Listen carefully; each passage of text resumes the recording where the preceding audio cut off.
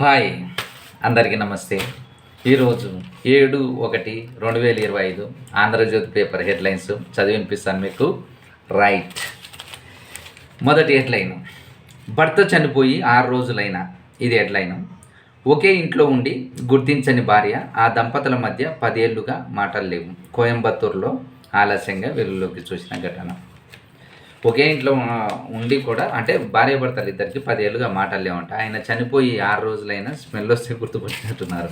కోయంబత్తూరులో అన్నట్టు ఈ ఘటన. రైట్. రెండో హెడ్లైన్, సహకరించండి, తెలంగాణ అభివృద్ధికి తోడ్పాటునందించండి, మీ లక్ష్య సాధనలో భాగమవుతాం. వికసిత్ భారత్లో రైల్వేల అభివృద్ధి కీలకం. రైట్. అంటే ఇది మోదీ గారిది. సహకరించండి, తెలంగాణ అభివృద్ధికి తోడ్పాటునందించండి, మీ లక్ష్య సాధనలో భాగమవుతాం. చెర్లపల్లి టెర్మినల్ వర్చువల్గా ప్రారంభించనున్న ప్రధాని మోదీ సమావేశంలో పాల్గొన్న రైల్వే మంత్రి Vaishnaw, CM Revanth Reddy. Right. Okay. చిన్న చిన్న హెడ్లైన్స్. వికసిత్ భారత్లో రైల్వేల అభివృద్ధికి కీలకం. ఇంకొక చిన్న హెడ్లైను, అంటే ఈ వికసిత్ భారత్లో రైల్వేల అభివృద్ధికి కీలకం. అంటే ఆ హెడ్లైన్ వివరాలు. మౌలిక సౌకర్యాలు ఆధునీకరిస్తున్నాం, దేశంలో త్వరలోనే బుల్లెట్ రైలు పరుగులు, రైల్వే ప్రాజెక్టుల ప్రారంభోత్సవంలో ప్రధాని. బుల్లెట్ రైలు కూడా స్టార్ట్ చేస్తారంట. రైట్. టెర్మినల్ అప్రోచ్ రోడ్డుపై కేంద్ర రాష్ట్ర మంత్రుల మధ్య సంవాదం. అంటే ఇది హెడ్లైన్ చిన్నది లోపల. టెర్మినల్ అప్రోచ్ రోడ్డుపై కేంద్ర రాష్ట్ర మంత్రుల మధ్య సంవాదం. గ్రాంట్ ఇవ్వండి, మంత్రి శ్రీధర్ బాబు, మీదే బాధ్యత, కేంద్ర మంత్రి సోమన్న. రాష్ట్రం పనులు చేపట్టాలి, కిషన్ రెడ్డి. ఇంకో హెడ్లైను, ఎందరూ జైలుకి వెళ్తారో, ప్రతి నేత వెళ్తూనే నష్టాలు తెలుస్తాయి. ఓకే. ఇది హెడ్లైన్ ఏంటంటే, ఎందరూ జైలుకి వెళ్తారో అంటే ప్రతి నేత వెళ్తేనే కష్టాలు తెలుస్తాయి. జైల్లో తనకు వండి పెట్టిన వ్యక్తిని సీఎం రేవంత్ ఇప్పటికీ మర్చిపోలే. నేను 50 రోజులు జైల్లోనే ఉన్నా. పాత బస్తీ మెట్రోను 5 సీఎంలు పట్టించుకోలేదు అసలు. రైట్. ఇంకొక హెడ్లైను, హెచ్ఎంపివి కలకలం, భారత్లో 5 కేసులు, బెంగళూరు. ఓకే. హెచ్ఎంపివి కలకలం అంట. ఏదో కొత్త రోగం వచ్చింది కదా. భారత్లో 5 కేసులు, బెంగళూరు, చెన్నై, అహ్మదాబాద్ నగరాల్లో ఆ వైరస్ బారిన పడ్డ 5 శిశువులు. అందరూ నెలల వయసు చిన్నారులే. భయపడొద్దు, ఎలాంటి పరిస్థితినైనా ఎదుర్కొనేందుకు సిద్ధంగా ఉన్నాం, కేంద్రం. పాత వైరస్సే, ఆందోళన చెందక్కర్లేదు. పాత వైరస్ అన్నట్టు ఇది, ఆందోళన చెందక్కర్లేదు. డాక్టర్ ఎంవి రావు, యశోద ఆసుపత్రి. పిల్లల్లోనే తీవ్రత, రాజీవ్ కామినేని ఆసుపత్రి. ఓకే. పిల్లల్లోనే ఉందంట ఇది ఎక్కువ. రైట్. కొత్త వైరస్ కాదు, పాతదే. హెచ్ఎంపివిపై ఆందోళన చెందవద్దు, ప్రమాదకరం కాదు, చిన్నారుల్లోనే వ్యాప్తి ఎక్కువగా, టీకా ప్రత్యేక చికిత్సలు లేవు. గతంలో చైనాలో 10% లోపే వ్యాప్తి, ఇప్పుడు 90%. అందుకే ఆందోళన, జాగ్రత్తలు తప్పనిసరి, వైద్య నిపుణుల సూచన. ఏం పర్వాలేదంటారు కొందరు. మళ్ళీ ఇప్పుడు అంటే గతంలో 10%, అంటే ఇప్పుడు 90% ఉందని అంటున్నారు. ఆందోళన చెందుతాని కొందరు అంటారు. సరేలే, ధైర్యం తెప్పించాలి కదా ప్రజలకి. ఓకే. భయపెట్టకూడదు. హాస్పిటల్కి పోయిన పేషెంట్ అయినా నువ్వేం కంగారు పడద్దు, నేను బతికిస్తా అంటాడు. అంటే చనిపోయే వ్యక్తిని అయినా సరే ధైర్యం చెప్పాలి కదా. అట్లా వీళ్ళు కూడా అంతే.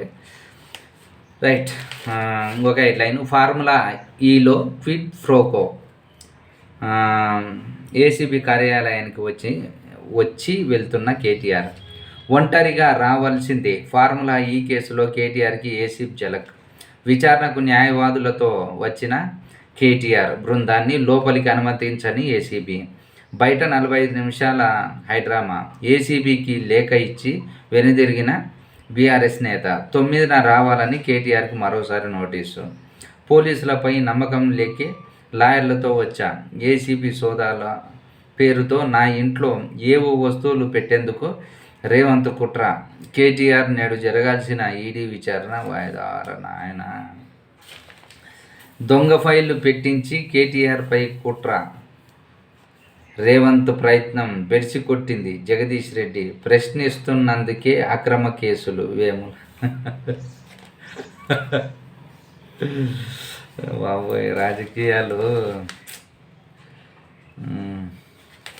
సరే, ఇంకొక హెడ్లైను. ట్రూడో రాజీనామా. నాయకత్వ ఎంపిక జరగగానే వైదొలుగుతా ప్రకటించిన కెనడా ప్రధాని. దరఖాతం వలసలు విధాన నిర్ణయాలే కౌంట్డౌన్కు కారణం. ట్రంప్ విజయంతో చుట్టుకున్న చిక్కులు. కెనడాపై టారిఫ్ పెంచుతానన్న ట్రంప్. భారత్ను తరచూ విమర్శిస్తున్న ట్రూడో భారత్ను విమర్శిస్తున్నానంట. మరి కావాల్సిందే మనం. నెక్స్ట్ హెడ్లైను. కారులో కూర్చొని నిప్పంటించుకొని ప్రేమ జంట బలవన్మరణం. గట్కేసర్లో ఘోరం. ఇద్దరిలో అమ్మాయి మైనర్. 5 ఏళ్లుగా ప్రేమలో. డబ్బులు ఇవ్వకపోతే ప్రేమ గురించి ఇంట్లో చెబుతా అంటూ బాలికకు సమీప బంధువు బెదిరింపులు. అతడికి 1.35 లక్షలు ఇచ్చిన ప్రియుడు. అయినా డబ్బులు అడగడంతో ఆత్మహత్యకు నిర్ణయం. స్నేహితుడి నుంచి కారు తీసుకున్న యువకుడు లోపల బాలికతో కలిసి ఒంటిపై పెట్రోలు. కారు దగ్ధం. గుర్తుపట్టలేని స్థితిలో మృతదేహాలు. బంధువులకి వాట్సాప్లో సూసైడ్ నోటు. ముందు ఆ గబ్బునా కొడుకును బెదిరించిన గబ్బున. అంటే వీళ్ళు ఎలా అయిపోయానంటే ఈ మధ్య, అరే మీకు ఇలా చేసుకునేటప్పుడు దీనికి నేను చింతిస్తున్నాను. మీరు చేసుకునేటప్పుడు అంటే ఈ ఆత్మహత్య చేసుకుంటున్నారు కదా, ఎదురు తిరగండ్రా. మీరు చేసుకోలేదని ఇంట్లో చెప్పండి. మిమ్మల్ని ఏమైనా చంపుతారా? ఆ బెదిరించే పిరికి నా కొడుకు మీరు చెప్తారా? ఏంటిది? అమ్మ నాన్న గురించి పట్టించుకోరు. వయసు రాగానే వీళ్ళకి అన్నీ కావాలా. ఇంట్లో మీరు ఎవ్వరికి బయట బెదిరిపోవద్దండి. ఏదన్నా తప్పు చేసినా ధైర్యంగా ఇలా చేశానని చెప్పండి. నేను ఇప్పటి నుంచి ప్రేమించానని తల్లిదండ్రులతో చెప్పండి. నేను తప్పు చేశాను. తప్పుంటే ఒప్పుకోండి. అంతేగాని వేసిన కొడుకులకంతా మీరు బెదిరుకొని డబ్బులు ఇచ్చి మళ్ళీ వాడు డబ్బులు అడిగితే ఇవన్నీ చేసుకొని అవసరం ఏంట్రా? ఈ కుర్రనాయాలతో ఇదే పంచాయతీ. వయసు రాగానే అన్నీ కావాలి మన వాళ్ళకి. రైట్, మారండి రా స్వామి. ఇంకొక హెడ్లైను. మావోయిస్టుల మందుపాత్ర. వాహనం, ఇది హెడ్లైను. వాహనం డ్రైవర్ కూడా దుర్మరణం. 25 అడుగుల ఎగిరిపడ్డ ఎస్యూవి. మాంసపు ముద్దలుగా మృతదేహాలు. 50 కిలోల పేలుడు పదార్థాలు ఉపయోగించిన మావోయిస్టులు. ఎవరు నాయన?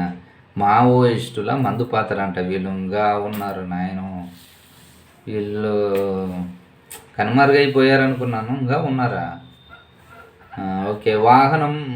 వాహనం డ్రైవరు కూడా దుర్మరణం. అరే మొత్తం ఇక్కడ హెడ్లైన్ చదువుతున్నాను. నేను ఇక్కడ చిన్నగా చదువుతున్నాను. మావోయిస్టుల మందుపాత్ర. 8 మంది జవాన్ల మృతి. రే నాయల్లారా, జవాన్లను చంపడం ఏందిరా నాయన? ఈ మావోయిస్టులను ఏమీ లేదు. మీరు వీళ్ళని, ఎందుకంటే జవాన్ అంటే దేశ సరిహద్దులను కాపాడుతున్న వాళ్ళు. వాళ్ళని చంపితే మీకేమొస్తుంది?